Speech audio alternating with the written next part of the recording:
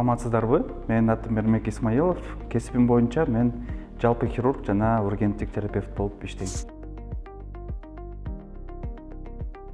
Баарыбыз билгендей эле, элдик ыкмалар менен биз мурда ата-бабалар дарыланып келген, бирок азыркы учурда бизде атайын изилдөөлөрдөн өткөн дарылар бар, ошондуктан дарылар менен колдонуп эле жакшы болсо болот. Мен андыктан кеңеш берип кетет элем, бир гана далилденген ыкмалар менен колдонуп, андан соң кыймыл-аракет жасасаңар. Себеби алардын изилдөөлөрү окумуштуулар тарабынан жүргүзүлгөн эмес, анын кандай залалдыгы бар экенин биз билбейбиз.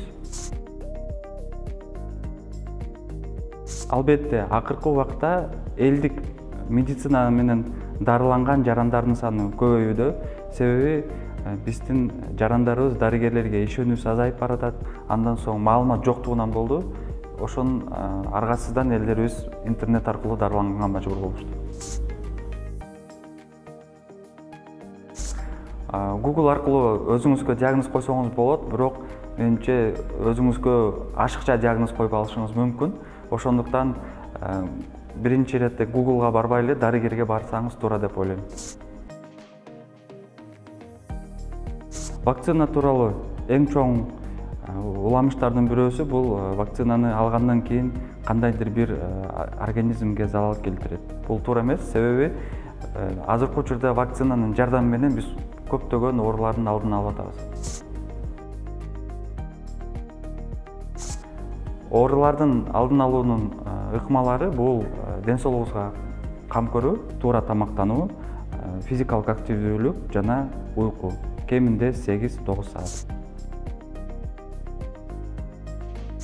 Мен билгендерден бул сарымсакты жуттоо, сода менен мурдун тазалоо жана спирт менен бет капка чачып, ошо бет капты кийүү. Бул эң чоң жаңылыш деп эсептейм, себеби ушул ыкмалар менен биз организмибизге тескерисинче зыян келтирип алган учурлар көп байкалды.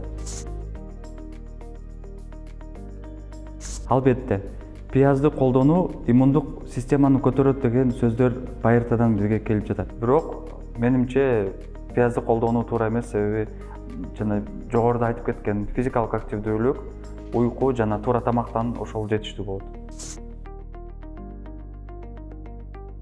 Дарыканада иштеген фармацевттер бейтаптарга кеңеш бере албайт, себеби алардын юридикалык жоопкерчилиги жок. Бет кап 100% вирустардан коргой албайт, бирок алдын алууга мүмкүнчүлүк берет.